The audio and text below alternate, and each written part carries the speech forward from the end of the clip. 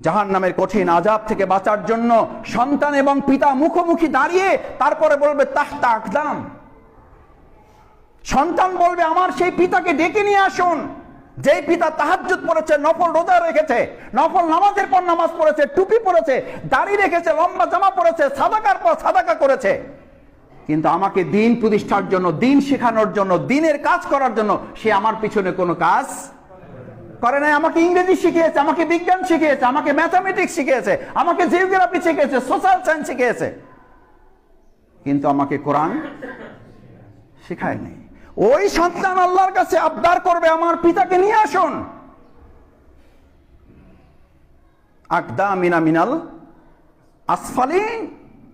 ওই পিতাকে শুধু নিয়ে আসা হবে না, ওই জান্নাত প্রাপ্ত পিতাকে সন্তানের পায়ের নিচে রাখা হবে। সন্তান তার বুকের উপরে পা রেখে ওই পিতাকে শুদ্ধ জাহান্নামে চলে যাবে।